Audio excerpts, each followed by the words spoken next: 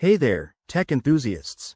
Welcome back to our channel, where we break down the latest tips and tricks to make your digital life easier.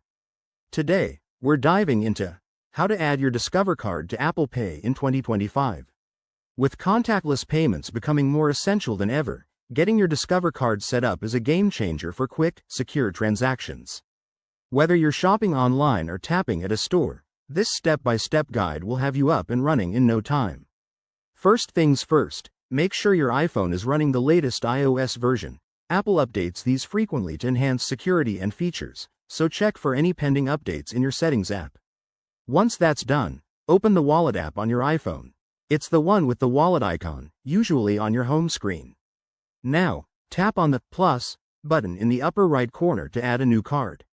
Select debit or credit card from the options. Next, you'll need to enter your Discover card details. This includes the card number, expiration date, and the security code on the back. Double-check everything for accuracy to avoid any issues. Apple Pay might prompt you to verify your card with Discover Bank. Expect a text message or an email with a verification code. Enter that code when asked to confirm. Once verified, your Discover card will be added to your wallet. But wait, there's a quick test you can do. Go to a supported merchant or use Apple Pay online to make sure it works seamlessly.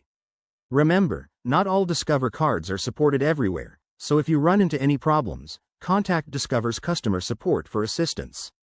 And that's it, you're all set for hassle-free payments in 2025. If this tutorial helped you, hit that like button, subscribe for more how-to videos, and drop a comment below if you have any questions. Thanks for watching, and see you in the next one.